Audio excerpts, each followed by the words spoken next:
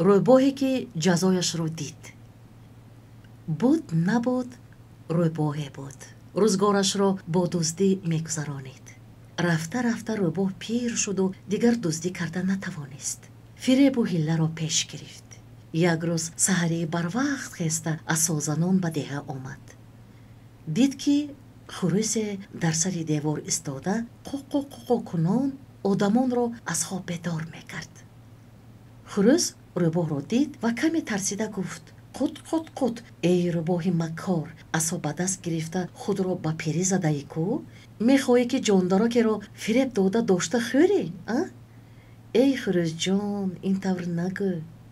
میگوید رویباه من در حقیقت پیر شدم توبه کردم که دیگر یگان جاندار را آزار نمیدهم. میدانی باغ دارم مثل بوستان، تاگزار و میوه‌زار در آن ارزن و گندم فراوان پخته رسیدند. باز به من چی در کار؟ رویباه راست میگویی؟ آب دهان خروس رفت. البته گفت رویباه، نخواد به من پیر که یک پایم به لب گور رسیده است باور نکنی؟ خروس باور کرد و گفت رویباه جان مرا به باغت نمیبری که کمی تماشا کرده ارزن و گندم بخورم و شکمم را نغزک سیر کنم؟ برای چی نه؟ میبرم. با خروس فربه ذهن مانده گفت رویباه. خروس خوشحال شده از سر دیوار فرو آمد و همراه رویباه رفت. میرفتند که مرغ از پیششان برآمد. قط گویان از ترس پریده به شاخ درخت نشست. هر رویباه شیطان خروس را فریب کرده خوردنی برده استاده ای؟ گفت مرغ. رویباه دم نزد. خروس گفت ای مرغ این طور نگوی، رویباه پیر شدگی توبه کرده است که دیگر یگان جاندار را آزار نمیدهد. وی باغ دارد مثل بوستان، تاگزار و میوه‌زار، ارزن و گندم پخته ریخته خوابیدند. ما به باغ وی میرویم.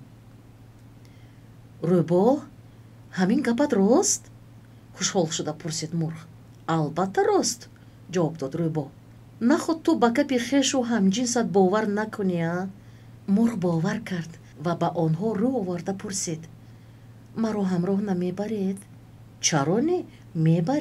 میبریم گفتند رویباه و خروس.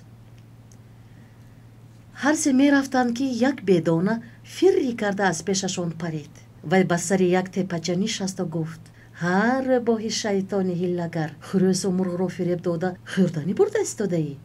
خروس و رویباه چیزی نگفتند و مرغ گفت ای بدانه این طور نگوی، رویباه پیر شده است، توبه کرده است که دیگر یگان جاندار را عذاب و آزار نمیدهد. وی باغ دارد مثل بوستان، تاگزار و میوه‌زار، ارزن و گندم فراوان و پخته رسیدند. ما به باغ وی میرویم. رویباه همین گپ راست است؟ بطاقت شد بدانه. البته راست میگوید رویباه. نخواد تو بدانه خوش‌آواز به گپ آشناهایت باور نکنی؟ بدانه خرسند شده گفت مرا همراه نمیبرید؟ من هم کمی تماشا کنم و یک بارکک سیری ارزان خورم. بیا میرویم. با یک آواز گفتند رویباه و خروس و مرغ. آنها خیلی راه رفتند. رویباه مکار گفت من پیر مانده شدم. یک زمان در همین نزدیکی خانه‌چه‌ای داشتم. رویم و در آنجا کمی دم بگیریم. خروس و مرغ و بدانه به این دعوت راضی شده از پشت رویباه رفتند. رویباه عصازنان آنها را به لب غار آورد و گفت مرحمت درآیید مهمانان عزیز و گرامی. نه اول شما درآیید، شما از ما کلانترید. میگوید خروس. نه حیله کرد رویباه. این خانه من، شما مهمانید، اول شما درآیید. خروس و مرغ و بدانه به غار در آمدند.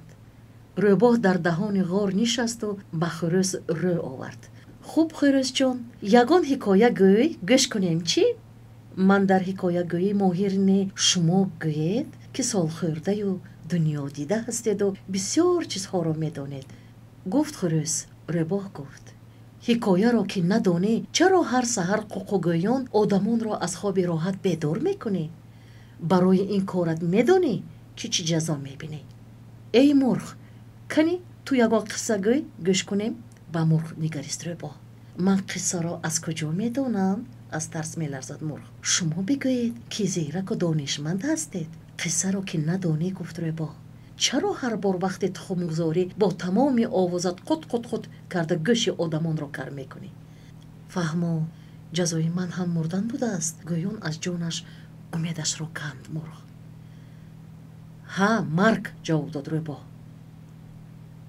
баъд Рӯбоҳ ба Бедона рӯ оварда мегӯяд: ту ҳам бегуноҳ нестӣ? Не, зора кард Бедона. ман ду шоҳид дорам. онҳо тасдиқ мекунанд ки ман гуноҳе надорам. Рӯбоҳ фикр кард, агар ин раваду боз як ҷуфт Бедона гирифта биёрад, ду-се рӯз кайф карда хӯрда мегардам. бо ин андеша ба Бедона гуфт: рав, ду шоҳидатро гирифта биёр. Бедона фирри карда аз ғор парида меравад.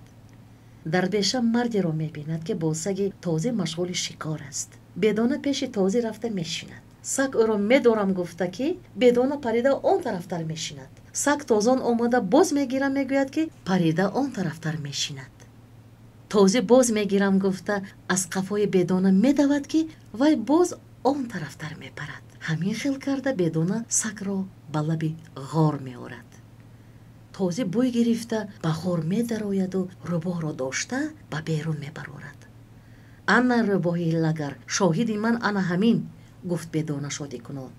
ташаккур Бедонаҷон, ҷони моро аз ин маккору ҳиллагар халос кардӣ, гуфтанд хурӯсу мурғ ва сиҳату саломат ба деҳа баргаштанд. саги тозе бошад Рӯбоҳро ба ин тарафу он тараф кашола карда нағзакак ҷазо дод. Рӯбоҳ тавба кард ки дигар ягон паррандаю ҳайвонро фиреб намедиҳад.